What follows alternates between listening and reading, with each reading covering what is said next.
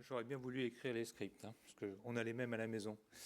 Voilà, je suis très heureux d'être là avec vous, peut-être pour ma dernière présentation dans cette noble assemblée. Donc ça me touche beaucoup. Je vais vous parler des décisions absurdes, ces décisions qui ne sont pas des erreurs, qui ne sont pas du jean-foutisme, qui sont juste un moment où ça brille.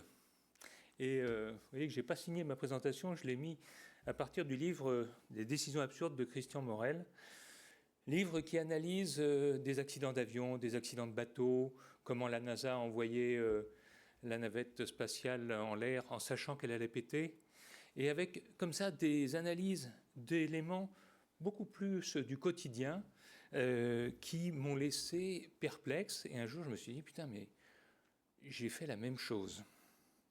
Et ça m'a fait trembler. En voilà un exemplaire. Vous ne voyez rien, hein? Oui, moi non plus. C'est fait exprès. C'est un des exemples du livre. On a tous, dans des congrès, vu des slides de ce type-là.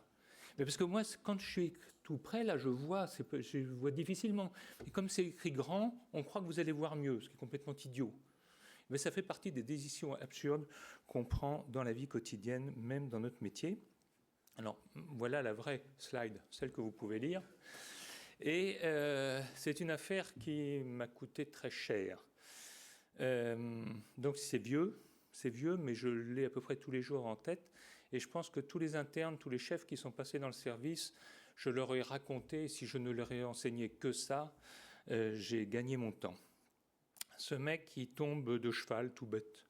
Vous voyez que c'est un 11 juillet, ça n'est pas son intérêt, c'est en plus juste avant le week-end, qui sera un week-end long du 14 juillet, puisque le 14 tombait un vendredi cette année-là. Petit tassement ridicule, rien de grave, on lui dit demain votre corset est livré, vous vous le livrez, vous rentrerez chez vous. Mais voilà, il y a une fièvre qui apparaît, une douleur du mollet, je l'examine, rien, et je me dis ce serait trop con qu'il ait une fracture du péroné passée inaperçue dans la chute, donc je lui fais faire une radio qui est normale. Il a des selles à J2, la fièvre baisse, je torche une lettre au médecin traitant en disant que le gars est tombé de cheval, qu'il a une fracture du rachis sans gravité. Il va voir 3 médecins traitants dans les jours qui suivent, puisque c'est le week-end du 14 juillet. La famille, donc il habite en Allemagne, il va dans un appartement de ses parents où les parents ne sont pas présents, et puis la vrille continue avec un médecin qui pense qu'il a une infection urinaire du fait de sa fièvre, mais sous antibiotiques, une toux sèche, des petits crachats noirâtres, on étiquette ça une rhinite. Il fait un premier malaise, il fait un deuxième malaise final, et moi je prends 6 mois avec sursis. D'accord, c'est marrant parce que là il y a un silence. Qu'est-ce qui s'est passé là-dedans? En fait, au départ, je ne vois pas pourquoi un mec de 30 ans fait une phlébite parce qu'il était allongé 24 heures. Il n'y a pas de raison. Comme il n'y a pas de raison, je vais essayer de démontrer que ça ne peut pas être ça. Au lieu de chercher ce que ça peut être, je vais chercher à montrer que ce n'est pas ça. Donc je vais chercher une fracture du péroné qui montre que je fais les choses, je dirais, sérieusement. Mais il n'y a rien et je passe. C'est l'époque où on a enlevé des lits des patients les pancartes pour sauvegarder la discrétion. Moyennant quoi, je n'ai jamais vu les 2 courbes qui montent. Je ne les ai jamais vus. Je ne les ai vus que chez l'expert et devant le juge d'instruction. Et je peux vous dire qu'on n'a pas exactement la même analyse d'un dossier quand on est devant le juge d'instruction. Et puis, il y a la succession des patients, des médecins, 3 médecins qui ne se communiquent pas entre eux, et on aboutit à ce drame. Voilà. Une autre affaire, c'est encore un dossier à moi, ça. Début juillet 2000, je pose ma première prothèse de Brian. Et Brian vient, on fait ça ensemble, et dans la salle, il y a un étudiant mexicain qui est avec nous, qui regarde, et qui trouve que ça se passe super bien, la chirurgie. Seulement, au réveil, le patient n'est pas tellement amélioré, forcément, parce qu'à la radio de contrôle, je suis en C7T1. On reprend le patient 3 jours plus tard, il est soulagé, Et Brian me dit, mais c'est extraordinaire, tu as fait 2 premières mondiales sur le même patient. La première C7T1 et la première double étage, puisque ça existe. Moi, je pense que c'est une de mes plus grosses merdes quand même, il faut être honnête. Et là où on reste sur le derrière, c'est que le Mexicain que je connais bien et que je continue à voir me dit, mais j'ai jamais compris pourquoi sur une hernie C6, C7, t'opérais en C7T1. Je lui dis, mais pourquoi tu l'as pas dit? Ben parce que je me suis dit que Brian et toi, vous le saviez, quoi. Ah oui, d'accord. Troisième gag, je fais des arthrodèses cervicales avec une cage standalone, j'avais l'habitude. C'était un nouveau modèle. Et puis, la patiente ne va pas bien. Elle était à peu près aussi chiante que celle qui était là. Rien n'allait, c'était... Bon, et donc moi, je me suis enferré à démontrer qu'elle n'avait pas de pseudarthrose, et quand Paolo Mongion l'a réopérée, elle allait très bien après. Voilà. Alors, j'ai eu d'autres patients dans ma carrière, hein, rassurez-vous. Là, c'est un dossier qui n'est pas à moi, que j'ai vu comme sapiteur. Et donc, c'est une patiente qui a un accident en 79 et 20 ans après, elle a des lombalgies, elle a cette kyphose et il est décidé une cage pour la correction du cal vicieux. Alors vous avez le cal vicieux là. C'est les radios que j'ai chopées pendant l'expertise, donc elles ne sont pas terribles. Mais enfin, on voit bien que la cage, elle n'a absolument rien changé à la kyphose. Comme elle n'a pas tellement été améliorée, eh bien, on continue dans la descente chirurgicale avec un programme chirurgical qui est totalement délirant. Voilà, il n'est pas du tout corrigé par l'arthrodèse postérieure, on aurait pu s'en douter.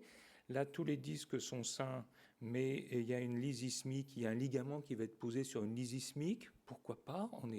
On part mais tout y passe. Voilà, et puis le résultat final, on a réussi à fixer les disques qui étaient sains. Et la patiente, c'est bizarre, va pas très bien. Allez comprendre pourquoi. Et là, quand on regarde le dossier, a priori, le diagnostic de cal vicieux était juste. On ne peut pas tellement le critiquer. Le chirurgien en question ne s'est focalisé que sur cette question, avec une impossibilité totale de se remettre en cause. Et plus ça merdait, plutôt que de dire il y a un truc que je ne comprends pas, je passe la main, il s'enferre, il refuse son échec personnel, et puis il va forcer le passage jusqu'à ce que ça ne passe plus. Alors les décisions absurdes, c'est une série de réponses qui sont obstinément inadéquates pour un truc qui démarrait pourtant pas très compliqué. Si j'avais fait un Doppler, le patient serait vivant. Si j'avais mis ma prothèse au bon étage, ça aurait été un succès. Et si là, ils avaient traité le cal vicieux correctement, enfin, vous voyez, que des trucs où c'était simple et on a vrillé et on s'est enfoncé dans l'erreur en cherchant des moyens de confirmer l'erreur. C'est ça qu'il y a d'extraordinaire, c'est que le moment où on se dit « Putain, mais j'étais bourré, quoi ». Mais non, j'étais pas bourré. Alors, en groupe, tout à l'heure, ça a été souligné sur les staffs, bien sûr, quand le patron est au premier rang et discute du dossier avec les gens derrière qui sont là et qui se disent en plus, il n'est pas de bonne humeur aujourd'hui, ce n'est pas une discussion. Ça ne sert strictement à rien. Et puis, il y a des gens qui vont être toujours dans l'opposition, donc on ne les écoutera pas, puisqu'il est toujours mécontent. Il râle tout le temps, donc on ne l'écoute plus. Il y a celui qui est sur son téléphone portable, celui qui dit toujours oui, parce que comme ça, il sera bien vu. Enfin, vous voyez, ces positions dans la discussion font que ça ne marche pas. Et les causes préférentielles, il y a le silence, on laisse faire. Le mec qui a laissé passer Challenger, il le savait, il n'a pas osé l'ouvrir. Mais mon Mexicain, il ne l'a pas ouverte non plus. Il suffisait qu'ils disent « Vous êtes sûr ?» C'est quand même pas un drame. On peut recompter 5, 6, 7. Alors en fait, pour ceux qui connaissent la Brian, il y avait 2 tiges métalliques latérales qui, sur le repérage ampli, ont masqué une vertèbre. Mais s'ils nous avaient reposé la question, peut-être que ça. Et puis une confiance excessive. Oh ben, j'ai pas vu le résultat du scan, mais il a dû être fait. Ah non, si tu n'as pas le scan, c'est qu'il n'a pas été fait, jusqu'à preuve du contraire. Donc, la prévention, la grande réunion, c'est, à mon avis, totalement inefficace. Ça ne sert à rien. Chacun va vouloir avoir raison. va se pousser du col, et la psychiatrie des chirurgiens qui nous a été annoncée risque de montrer que même si heureusement on se féminise, c'est pas gagné. Et puis l'empilement des règles, ça ne sert à rien non plus, parce qu'on en oublie. Le mode d'emploi d'un sous-marin nucléaire, c'est 1000 pages. On ne les connaît pas par cœur. Et nos règles, nos codes, on ne les connaît pas par cœur non plus, donc ça ne sert à rien. Ce qui est assez efficace, c'est la petite réunion où personne n'a besoin de montrer qu'il pisse plus loin que l'autre. Ça, déjà, c'est pas mal. La cohésion de groupe, j'y crois pas mal. On est tous ensemble. Donc si ça merde pour lui, ça merde pour moi. Et donc peut-être qu'il faut que je me bouge un peu et que je réfléchisse. Le plus jeune qui a raison. La question, j'allais dire idiote, qui est la bonne question, c'est très important. Et puis on a bien vu là, le contact direct avec le patient, comment ça se passe dans la scénette. Moi, si j'avais été moins con, j'aurais écouté ma patiente, la troisième, et puis je me serais dit, bon, bah, t'as merdé, c'est pas un drame, tu vas rattraper la sauce toi-même. Mais j'ai pas eu confiance en elle, je me suis braqué et je me suis planté. Et puis la question incongrue, moi j'avais pris l'habitude, quand quelqu'un disait tu mets le cell saver, je disais oui automatiquement. On me disait c'est marrant parce que la semaine dernière ça saignait pas, pourquoi tu le mets? Mais parce que tu as posé la question. Ça paraît con comme réponse, hein, j'admets, mais c'est très efficace parce que si on le met pour rien, c'est pas un drame. Si on n'y a pas pensé et qu'on ne l'a pas mis, c'est pas un drame. Mais si on n'y a pensé, qu'on ne l'a pas mis et qu'on en a besoin, on est vraiment des cons. Donc ça, il ne faut pas hésiter. Et puis la culture du droit à l'erreur ou la culture juste. Je tire ça, c'est dans le bouquin. Hein.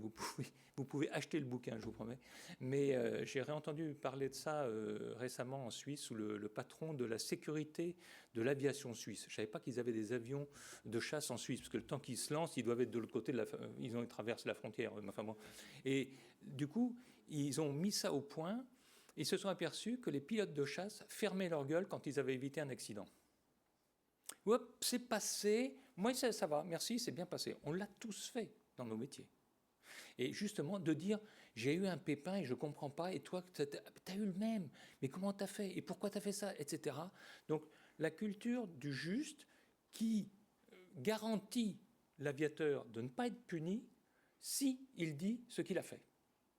Si après, il planque ce qu'il a fait, là, il va se faire dézinguer. Mais vous voyez, ça me semble intéressant d'avoir, oui, j'ai merdé, on l'a tous fait. Et j'ai pris cette phrase, c'était Alain Deloche qui disait ça à propos de la GEU. Il pensait toujours, ce n'est pas encore y penser assez. Et je pense que c'est intéressant de garder ça en mémoire. Oui, on est capable de vriller, et de vriller gravement. Et si j'ai pu sauver un de vos patients, je m'en réjouis. Merci.